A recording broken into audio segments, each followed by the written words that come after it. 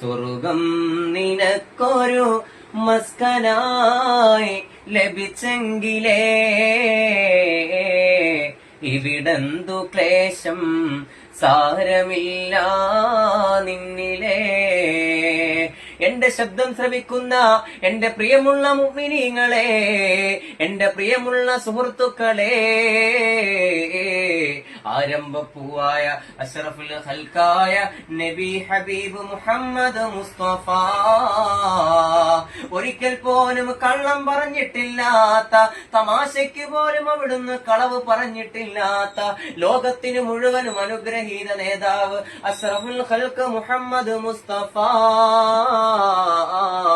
സല്ലല്ലാഹു അലൈഹി വസല്ലമ തങ്ങളോട് സ്വഹാബത്തുൽ കിറാം വന്ന് ചോദിക്കുന്നു, നബിയേ, ആരംഭപ്പൂവായ അഷ്റഫുൽ ഖൽഖായ നബിയേ,